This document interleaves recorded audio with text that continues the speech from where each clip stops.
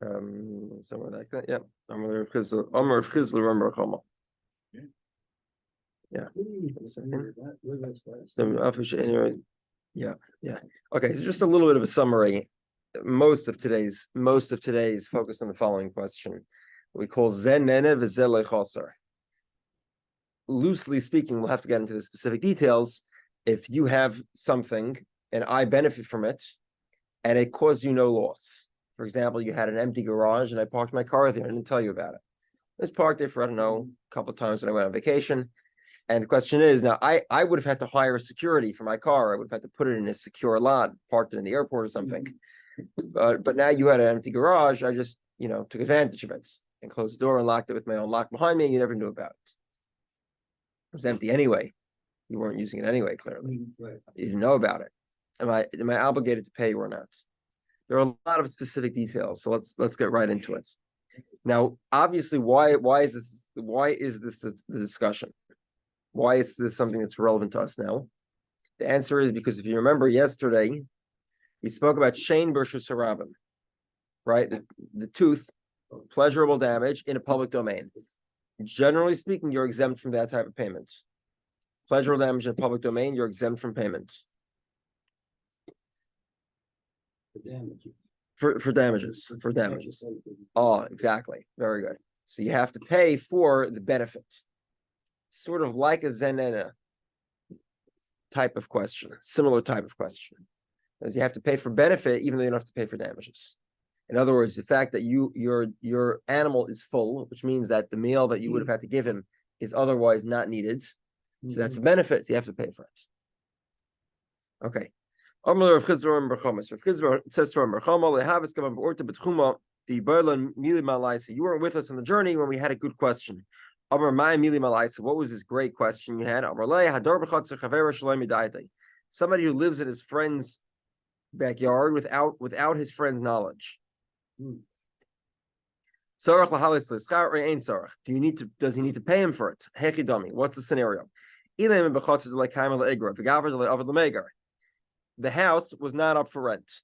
The guy was homeless. He wasn't paying for rent. He wasn't paying for a house either. So if that's the case, the homeless guy who slept in the guy's garage, he derived no benefit because he lives homeless anyway. So you can't say that he's benefited anything because he would not have otherwise paid rent. And the owner suffers no loss, at least for now. This guy, there's no loss and there's no benefit. This was a guy who usually rents out a house, and the house was up for rent. So if that's the case, 1 second.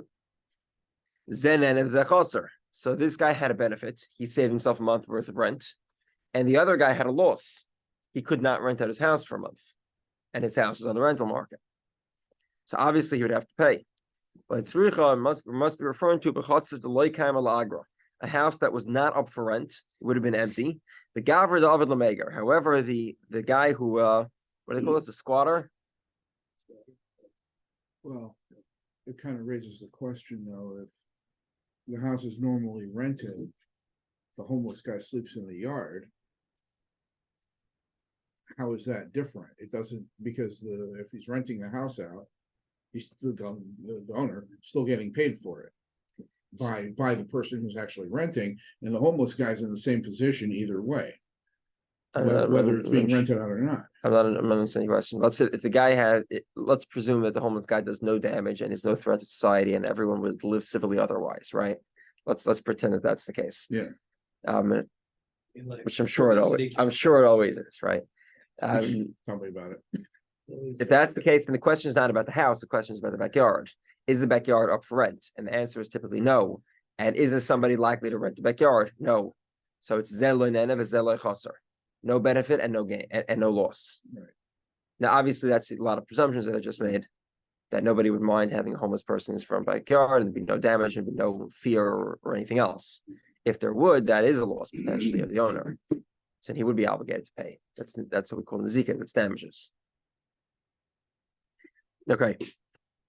So let's see. The backyard is not up for rent. The gaver the over the maker, and the guy normally rents. What's the story? Can he say, I caused you no loss? I was in your shed, you didn't know about it, nobody cared, you're not renting it out anyway. Dilma, or he could say, that ultimately speaking, you benefited. You would have otherwise had to pay rent. Now that you squatted in my shed, you've lived rent free. You have lived rent free. I'd like you to pay me the rent. Okay, so this was the big question. So Amarlei, this is a Rami Bava Kamma tells Rav Chisda, hi Masnisani. This is the Mishnah. She says to him, hi Masnisan, which Mishnah? Amarlei, he says, L'chita Shamishli. When you actually do an act of service to me, I'll tell you which one. So Shakal Sadri Karachlei. So he took his sudar, his coat, or his head covering, and he folded it for him. He folded it for him. Folded one of his garments. Amarlei, so he says to him, Nenis Mishalamis Bashanenis, our Mishnah. The animal eats something in the public domain, and the owner of the animal is exempt from payment, but yet he still has to pay the benefit that he derived, that he doesn't have to feed his animal. Amar Rava, so Rava says, Kamalei Kollel leMarish Gaver deMarisaya.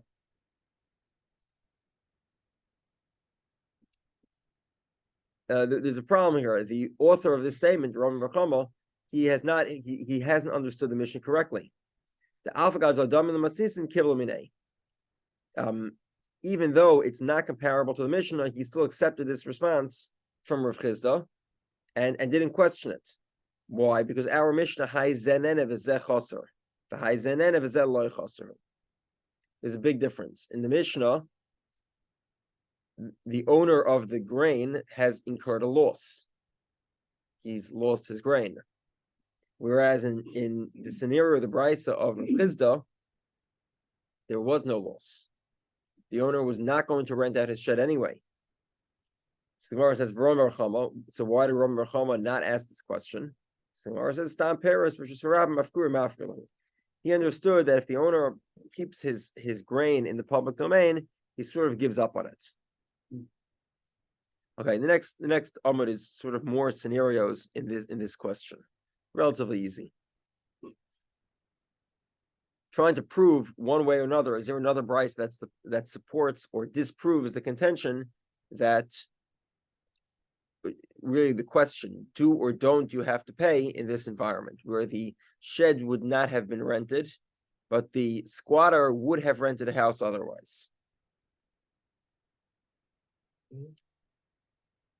Today we learned somebody who builds a fence around his friend from three sides. In other words, if you look in the picture on the left side of the page, he basically has his friend owns the land on three sides of his property. So he wanted to build a wall, so he built a double set of walls, right? So my property is a U shape around your property. So I built around the outer side of my U and then around the inner side of my U, and then cover the tops. Okay. However, how much has my fence benefited your property? 0, because the property is open completely from the fourth side. So I can't charge you for building the fence that you benefited from me because you didn't benefit yet. So I'd say I can't charge you for the fence. But let's say I surrounded you on 4 sides. Then I could charge you for that fence.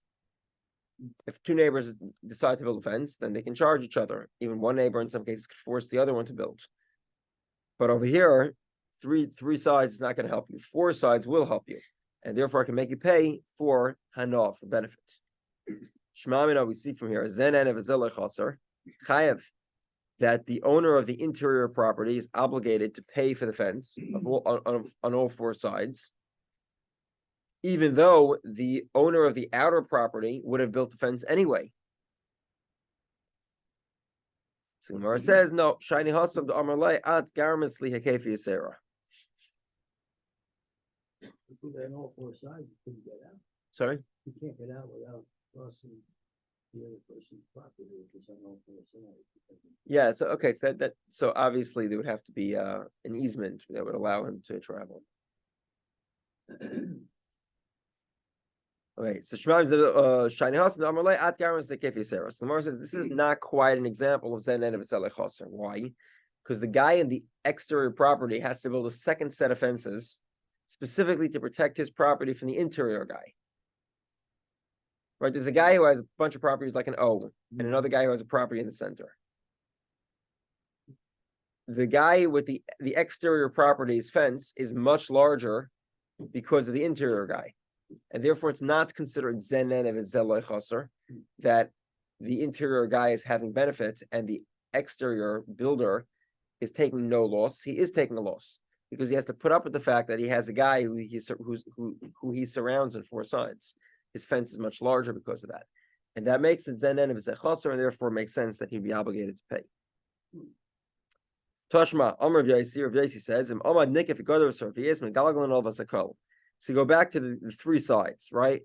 Reuven owns a U-shaped property, and Shimon owns the interior property.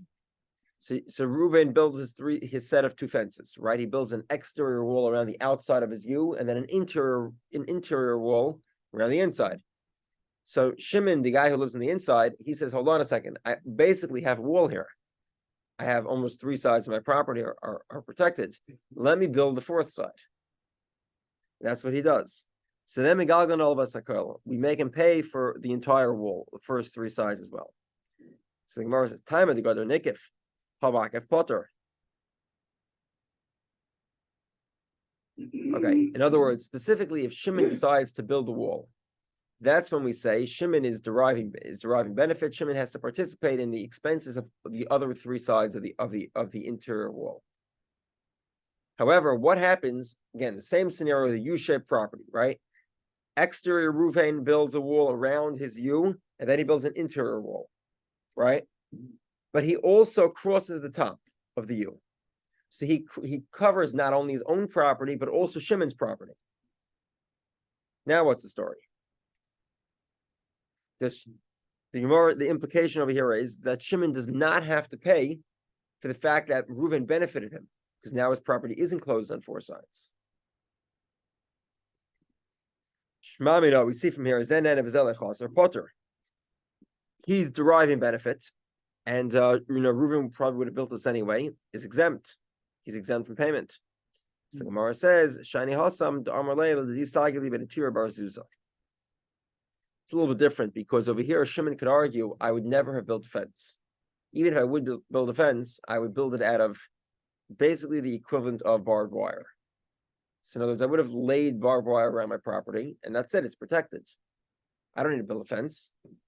No animals or people can get in if there's barbed wire. Exactly, they used to use thorn bushes to sort of protect the property. So in other words, I would have planted thorns. In other words, I would not have spent a lot of money to build a fence. So you decide to build a fence, fine, but my benefit is only that of thorns. If Shimon himself built the fence, clearly Shimon wants the fence to be built. Shimon, remember, is the guy who lives on the interior. But if Reuven builds it, Shimon could argue, I never would have built a fence. What about the covering?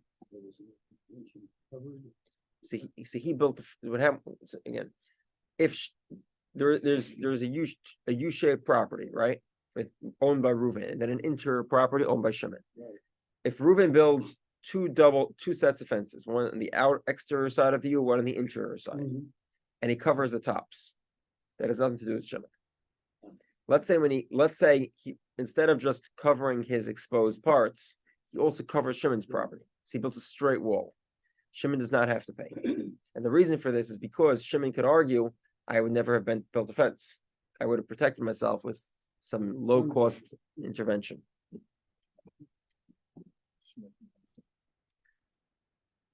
Yeah. Ruger. Or Ruger.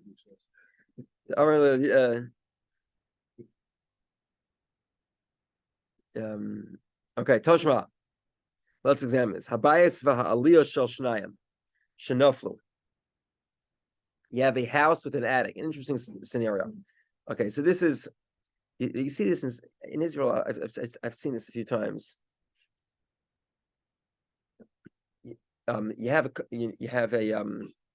It's more common in Israel because the buildings are all made out of poured concrete and are often able to hold much more than they're actually built for.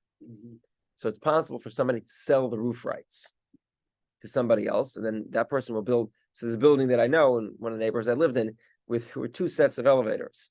One elevator took you to the 13th floor, and then you had to switch to a different elevator to take you to the top 3 floors. What happened? They built the building 13 floors, sold the roof rights to somebody whose skill was basically at petitioning the city to give more permits. On top of it. Exactly. And then he built another 3 floors on top. So yeah. I've seen this also. I've seen there was a shul that was built. I've seen this actually twice, 2 different shuls, where there was one place building a shul, and somebody else said, we also want a shul. We want to buy the roof rights. And they did. They bought the roof rights and they dumped something on top. So you have this type of arrangement. There's a bias and an aliyah. There's a first floor and a second floor. And the first and second floor are actually owned by 2 separate people.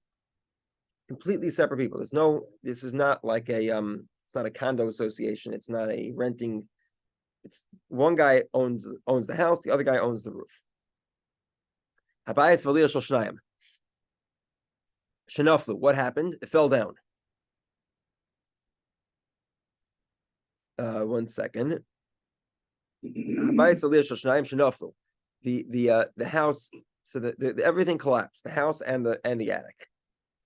So Omer Balabayas Balalil Balabayas live nice. So the guy who lives in the attic, he wants a place to live. He can afford to rebuild his house.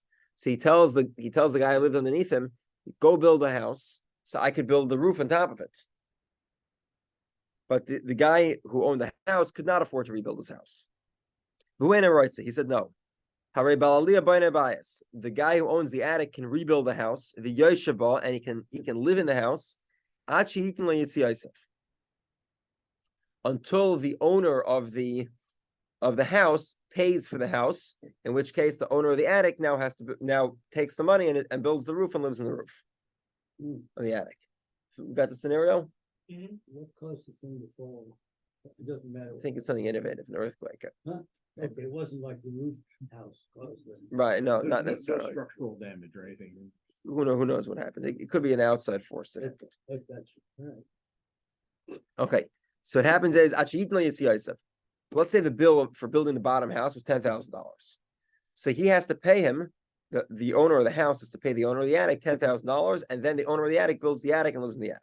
Okay, but we do not subtract the rent value. In other words, the attic guy is living in the house rent free until the house owner basically pays $10,000 to evict him. It's Yosef who the Michael Balbais. Hoschari loy. He's not obligated to pay rent. Shmamina, we see from here, Zen and Evzelechos or Potter. Over here, it's the attic owner is deriving benefits. He would have otherwise rented. But the owner of the house is not taking any loss because he couldn't afford to build the house anyway. And we see here that the owner of the attic is not obligated to pay. He doesn't have to pay rent. So the Gemara says, no, it's not a proof. Because by selling his roof rights, he promises a roof. And therefore, until he builds the house, he has to accept the fact that the attic guy will be living in his house that the attic guy rebuilt. Because he hasn't fulfilled his part of the obligation. Right.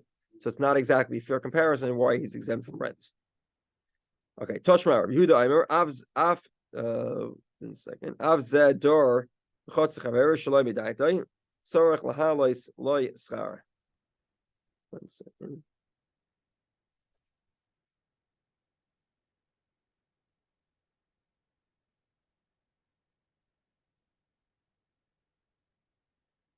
Okay. Rabbi Yehudah says very clearly, somebody who lives in somebody else's house without his knowledge, he has to pay rent. Shmamino, we see from here, Zen and Evzelechos or Chayev. If you didn't know a guy was living there, right, and he sort of cleared the house before you came, then clearly it's Zen and Evzelechos. The resident, the squatter, is benefiting. The owner isn't taking a loss. And yet the squatter has to pay the owner rent. So the Gemara says, no, not a proof.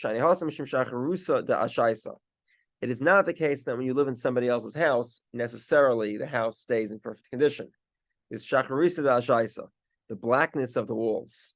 Like people don't want to rent house. Yeah, I don't think it's just suits. You're doing some damage to the house, depending wear and tear. Wear and tear, yeah. That's I think more of what it is. Okay. So still haven't resolved the question. Shalchule be Rav Ami. They sent to Rav Ami. They said to him, V'chima osalei, u'ma chosrei, u'ma hazikai.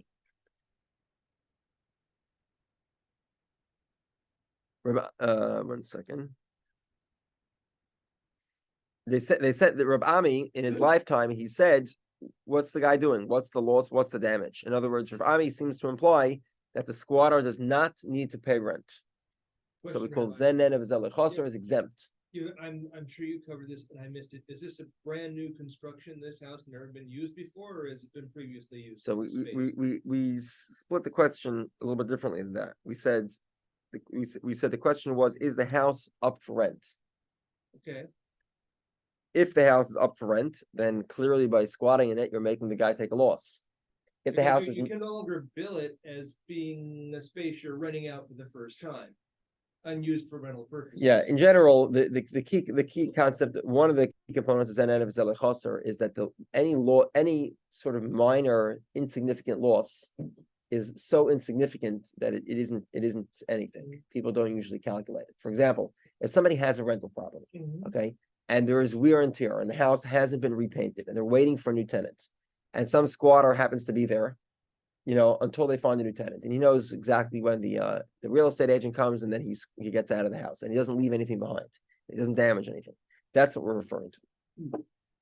Because in that case, there is no loss, technically speaking, to the owner. Now, if he does squat around when the real estate agent comes, that is a loss. If he doesn't allow the house to be rented or makes it more difficult, that's also a loss. Okay. Rav Chia Barabba said, we need to think about this question. They sent the question again to Rav Chia Barabba.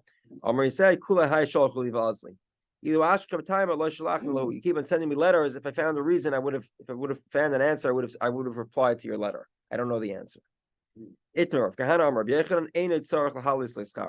Kahana says the name of Rabbi Yehudah, you do not need to pay.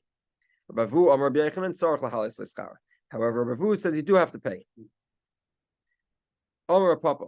So Papa says, this statement of Rabbi Vu that you must make a payment, it was not said specifically. It was inferred from a different story. What was the inference? The Tanan we learned. Notel Even a Kurishal Hektish. So we have a Gizbar. A Gizbar is a trustee of the temple fund, Hektish. Now, a trustee, as you might imagine, is trusted with the funds, right? Sort of in the name. It's not his, yeah. But it also means that he's allowed to carry the money. In other words, if you're a trustee for an organization, you might be carrying checks or cash for them, right? You might have their money in your house. Obviously, that's your job. And that's the same is true with the Gizbar. If me and you have hektish money in our houses, that is highly suspicious and could result in what we call me'ilah behektish. Me'ilah is a inappropriate benefit. However, a trustee is not like that. A trustee of hektish might have a silver cup of hektish in his house. He might enjoy looking at it. That's fine. If you have a silver cup of hektish in your house, or I have a silver cup of hektish in our house, that's not fine. That could be a problem of me'ilah behektish, of benefiting from it. So this trustee, he has a rock or a beam in his house, which is fine. I raise a loymol. He does not moil because he's a trustee. If he sells it to somebody else, humal the chaveri loymol. One second. So let's say he trades the beam for something else without realizing it belongs to hektish. So then he's moel behektish. Why? Because he took an item of hektish and he gave it to somebody else. He sold it effectively, which removes it from hektish. That would result in me'ilah. Let's say he took the beam and by mistake he put it into the house. And obviously we're talking here in a way where it was structurally important, but it was not screwed or drilled. There was no change to the beam itself. I think this is very, very key. This is a very key component because if there was a change, that would make you have me'ilah. So, for example, let's say you took a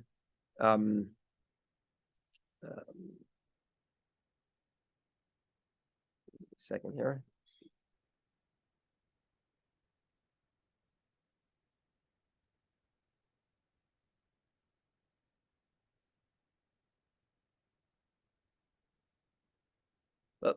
Let's say Hektish had a sealed, a sealed box of screws, and you open the box. That's Moel Hektish. Trustee doesn't have a right to open the box. It's a sealed box of screws, or anything that's sealed for that matter. However, in this scenario, he didn't touch the beam itself. The beam remains exactly as it was before, but now it's sort of supporting his house. It's in position, but it's not screwed or drilled or any. It's not touched in any way. So there's no me'ila yet.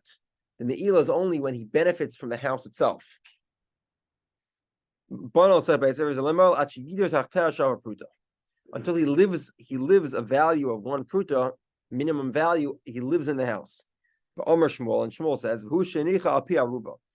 Shmuel says he put it in an important place, but it was left there. It wasn't installed. It wasn't drilled in, but it was put without being touched. So Rabbi Avu sat in front of Rabbi Yehudah, who explained this. What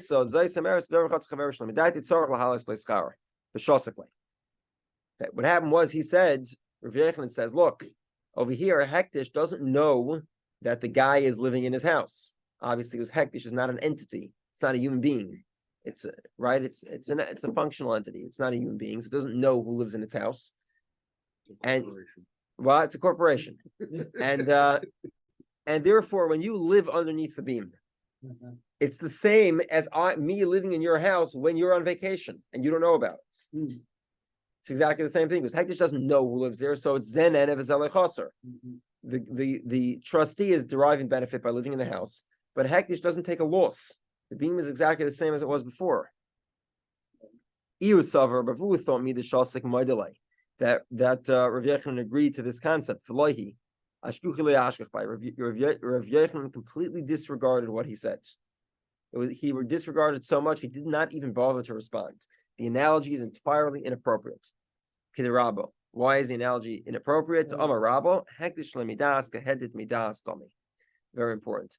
Obviously, Hektish can't know anything because it's a corporation. It doesn't have a brain. But yet the Torah treats it as if a regular individual would have known. So, if I sleep in a house supported by a Hektish beam, it's like me sleeping in your house when you know about it, and therefore it is considered zen and chaser. You're using my stuff, and I do know about it, and I would have put it on the altar to be burnt as a beam, or maybe I would have used it for some Hektish project or something like that. Okay. Together? Sholach le Rab Abba bar Zavda Lemori bar Mara. Rab Abba bar Zavda had the following question to Mori bar Mara. Boy mi name Rav Huna. He had the following question from he asked the following question to Rav Huna. Hador b'chod zechaver shlemidad yitzarach halis l'schar oiloi. Somebody who lives in his friend's house without his friend knowing. The owner doesn't realize. Zen and do you have to pay or not? Ad hachi noch nafshid Rav Huna. Rav Huna passed away. So Rabba,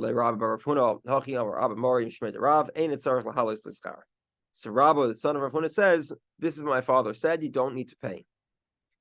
Somebody rents a house from Reuven, pays rent to Shimon. Why is that? Why is he paying rent to the wrong guy? We'll explain in a moment. So Shimon Mayavidite, why, if he rented a house from Reuven, why is he paying it to Shimon? The Gemara says, Nimtza habayis for Shimon. It turns out that Reuven is not the actual owner. Reuven stole it from Shimon. So then Milo Leschar, he pays the rent to Shimon. 1 second.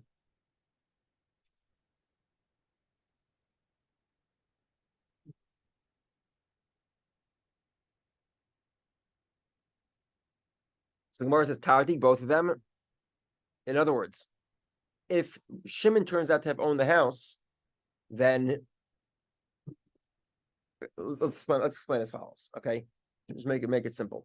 He rented a house from Reuven. Okay, let's say they agreed to pay rent after every 2 months. So he lives there for 2 months, And then turns out actually it's Shimon's property. So Shimon says, okay, comes rent time, pay me the rent. Let's say this is an example of Dor b'chatz chaver shalamidaitoi. He was living in Shimon's house. Shimon didn't even realize it. Because Shimon didn't realize that Reuben stole his property. And yet he still has to pay Shimon rent. So how can you say Dor b'chatz that if you live in your friend's house without his knowledge, you're exempt from paying rent, and then also say that you have to pay rent to Shimon? They seem to be contradictory.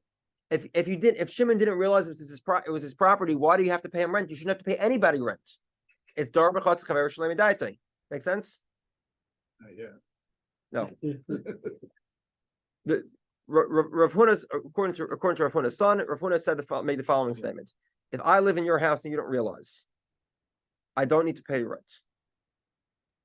Okay. Now, let's say you had a house and let's say you had a house, but you didn't realize it was yours.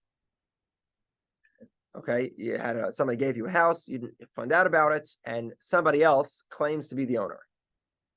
Okay, and he rents it to me, and I live there for 2 months without paying rent. Rent is due now, 2 months later.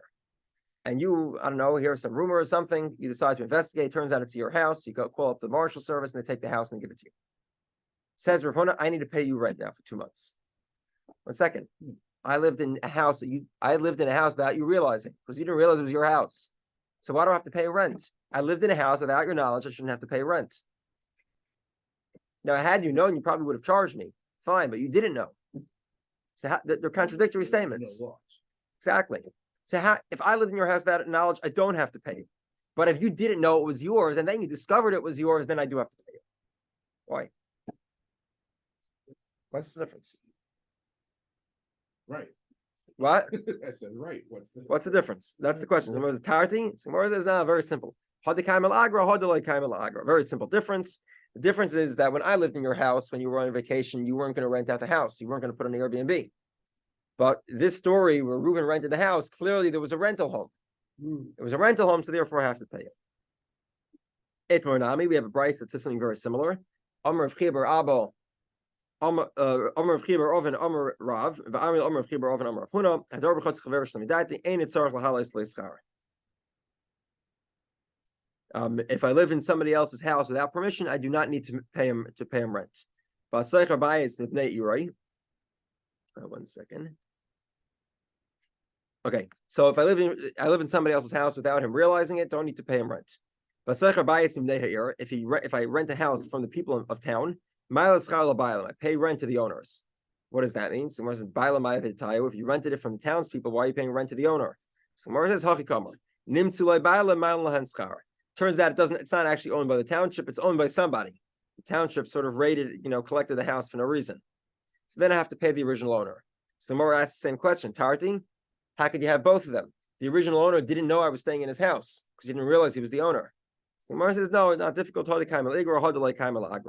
Depends whether it was up for rent or not. If it was up for rent, I do need to pay rent to the owner. If not, I don't. Omer of Schar, Omer of Huna. Schar says the name of Huna, Omer Rav, Hador b'chotz chaver shlamidati, ein tzarich lahalis leischar. I do not need to pay rent if I live in your house without permission. Why? Mishum shenamar v'shia yukas shar. Without getting into great detail here, v'shia yukas shar, there is a demon whose name is Shia, and he afflicts houses that are not filled with people. Somehow, you look at the abandoned houses, they always fall into disrepair very quickly. So one opinion is, why is this? The first opinion is because there's this demon, Shia, who afflicts the houses that are empty. So therefore, it's actually beneficial for somebody to have someone in the house, which is common. Sometimes you see this in haunted house. What? It's a haunted house. Yeah, you see people going away for a long time. They tell somebody, just come in every now and then, turn on the lights. A house sitter. A house sitter. There we go. Thank you. So therefore, there's a benefit. I've seen this demon. It gores like an ox. It does a lot of damage to the house. Rav Yosef says, Amar Beisa Mitzvah Yosef. This is a separate point. This is a practical point, more like the house sitter point.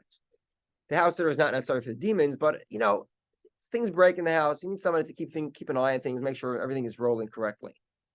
It's a practical point. Eke Benaya, what's the difference between the two different opinions? My Benaya,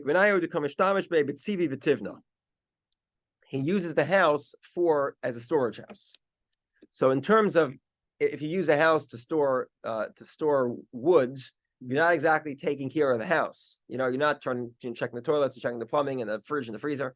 You're not doing any of that. You're just using it to hold woods. Right. So in that case, if the reason is because the guy typically the renter or the one who lives in the house typically takes care of its needs, that's not relevant here. If the guy who's squatting there is using it to store woods, but if the reason is because of the demon, ultimately speaking, the house is being quote unquote used, so demon won't show up. There was a guy who built a palace on the garbage heap of orphans. Rav Nachman collected the palace. He was the marshal service. He evicted the guy from the palace. Gemara says, one second. This garbage heap, nobody was using it. So what was wrong if the guy decided to build a palace on top of it? They weren't going to use it anyway. There's nothing they could do with it. So the Gemara, so let's say that according to Rav Nachman, you do need to pay, despite the fact that you're not deriving benefit. So the Gemara says not quite.